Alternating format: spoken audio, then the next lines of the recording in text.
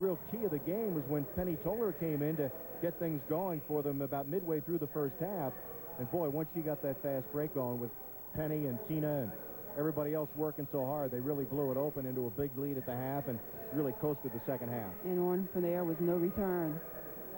Tina and Penny, they work so well together, and like you said, we're going to see some exciting Aztec basketball throughout the season, and when it's going to be really a lot of fun when they start playing in the conference.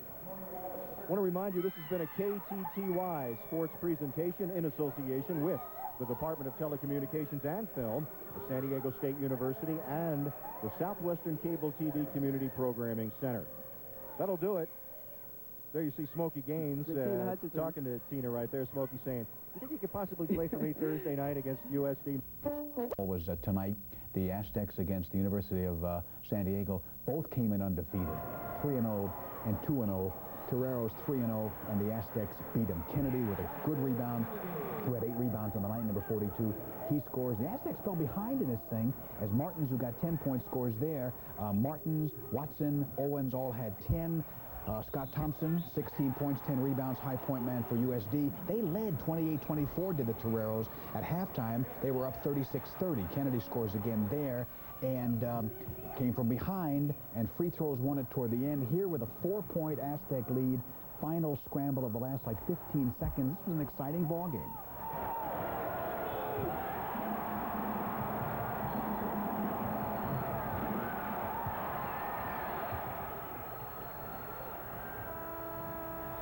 So the Aztecs win this thing 57-53. They remain undefeated as the Toreros get their first loss.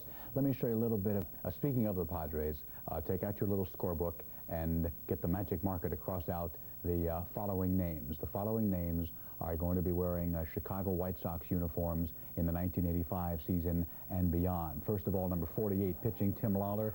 He is gone. He leaves here as a sub-500 pitcher, obviously, during his career. Never quite as good as they thought. Obviously, you're not going to have his bat in the lineup. That's probably as big a loss as his pitching. But Lawler goes along to the Chicago White Sox with a man at the plate, number 4, Luis Salazar, for Lamar Hoyt. Now, this guy was only 13 and 18 last year for the White Sox, a right-handed pitcher who was the Cy Young Award winner. The guy won 24 games 2 years ago. This is Ozzie Guillen.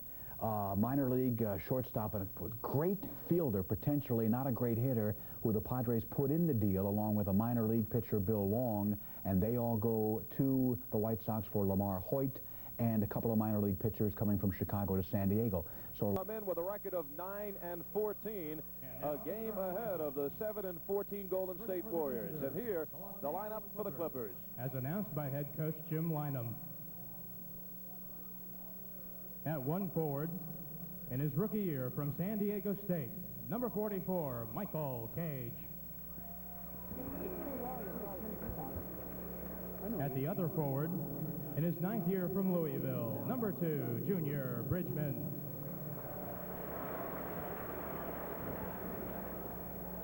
At 1 guard, in his 2nd year from Louisville, number 18, Derek Smith.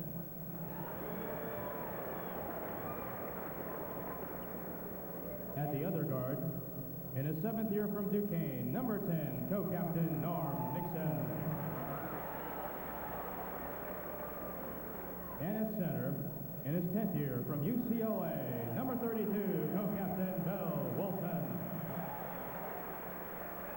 The Clippers playing tonight without Marcus Johnson. He has sprained hamstring, and he should be back in the lineup Thursday night against Portland. Norm Nixon, who has been on fire. The last 4 games, he's averaged 26 points per ball game. Works it to Cage, who comes outside. Certainly a key ingredient to the success of the Clippers. Walton goes up against Whitehead, who backed him up last year, and Walton comes out shooting. Jerome Whitehead, Al, the guy the Clippers traded to Golden State for Jay Murphy. And Jay Murphy is a number 2 draft pick. Hadn't played very much lately. And the Warriors very happy they have Whitehead now, especially with the loss of Joe Barry Carroll. $750,000 a year wasn't enough for Joe Barry Carroll, so he's decided to sit it out. Larry Smith known to basically at the other end of the court, and you saw why.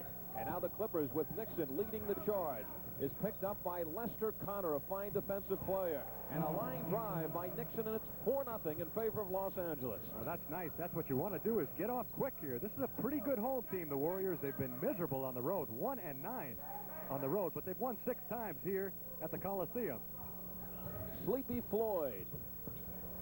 And it's Bridgman fighting his own man, and the Clippers on the run again. Junior Bridgman. You see the heavily taped thigh. He has a Charlie horse in the end of the San Antonio game. He was kneed by Artis Gilmore. There's 40 seconds left in the game, and Bridgman playing with a bad leg. Floyd will try again. So Sleepy Floyd getting into range. He averages 19 points per ball game. And it's 4-2 in favor of the Clippers. Nixon being guarded by Connor. Remember when he came out of Oregon State? Top defensive guard. Cage battles for the rebound and gets it. That's what Cage did Sunday against San Antonio at the Sports Arena. He got off very quickly and finished with 13 points and 10 rebounds. And both of those, as we told you at the top, were career highs for the rookie. 2 minutes gone by in the first period. Here's Short, touches the ball for the first time. That rain ball jumper. Black Smith. Cage muscles in, and he's able to draw the foul on Larry Smith, and that is muscle versus muscle. Jimmy Lynam making the move and inserting the rookie, Michael Cage, out of San Diego State, in the starting lineup on Sunday, and it appears as if he will be hard to remove, and what a key element for the Clippers. Once Marcus Johnson comes back, you have Johnson at the small forward, the big, powerful Cage at 6'9", 225 at the power forward, and then you could come off the bench with Junior Bridgman. Well, that's exactly right. And Michael was so excited about that first NBA start on Sunday, understandably so, and he really responded. And he is continue this rather smooth. Yes. Aztecs. Will they draw a crowd? Speaking, that's a very good question. You're speaking, of course, to one of the former interim voice of the Aztecs. Oh, yes. Back before I lost that job, too. There was a period there they were dropping like flies. Could not hold on. Clippers out, Aztecs out, Padres hanging on by a thread. Let's show you the Aztec game tonight against UC Santa Barbara at the Sports Arena. No, they can't draw.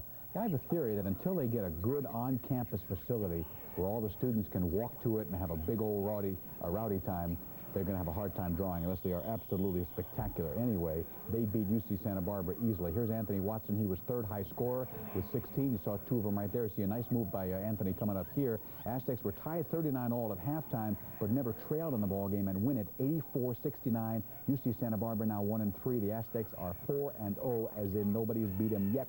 A nice move by Leonard Allen. He scores here. Aztecs led, by the way, by as many as 23 in this game, their largest lead, as again Watson will wind up with it and go up and score. Kennedy, who you don't see in these particular segment of highlights, Kennedy had 21, Creon Dorsey had 18, and then Watson, who we made a star out of here, we made him look terrific. He had 16. So the Aztecs again are 4-0. Other basketball tonight. 73. They're now 7-0 on the season, and the Aztec women, without Tina Hutchinson, beat San Jose State 97-67 at Peterson Gym. Aztec men look pretty good this year. I didn't expect them to get off to a 7-0 start. I don't think Smokey Gaines did either. I think you're right. Thank you very much, Richard. Well, big tournament next week, Cabrillo Classic. The 4 teams involved have a combined record of 30-2. We're talking TCU only has 2 losses. The rest, Boston College, Michigan State, and the Aztecs are undefeated. Aztecs now 8-0. They beat Texas tonight, 71-65. Third win in the last 3 days. And just like last night, the Aztecs got a big game from Anthony Watson and Andre Ross. Texas has a couple of big guys underneath that gave State trouble early in the first half. John Wacker scores here. He finished with 17 points before fouling out late in the game. But Ross held his own. He got 18 points and 9 rebounds. The other big man for Texas is John Brownlee. He had 17. But after trailing by 7 in the first half, the Aztecs took control. Beautiful pass coming up here. Watson to Michael Kennedy for the alley-oop. Aztecs led by as many as 11 in the second half. They were pretty much in control the entire way. Watson was top scorer with 20 points after getting 22 in last night's win.